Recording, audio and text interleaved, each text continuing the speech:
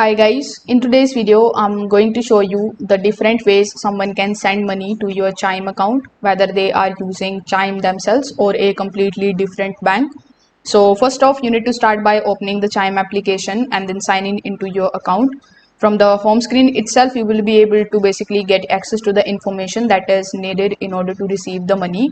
Now, if the sender has Chime, they can definitely go ahead and select the option of pay online.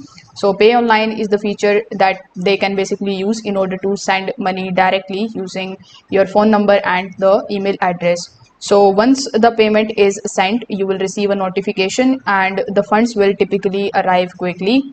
Now, some of the transfers can also be sent through the Chime using your Chime account details. So make sure that the sender has the correct information before they initiate the payment. Now, if someone is sending from money from the another bank, you can just simply go to the settings, then go to the account information, and you can find the routing number and the account number of yours.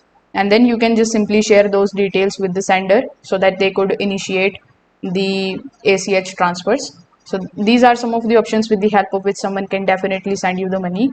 So I hope this helped you out. Thank you.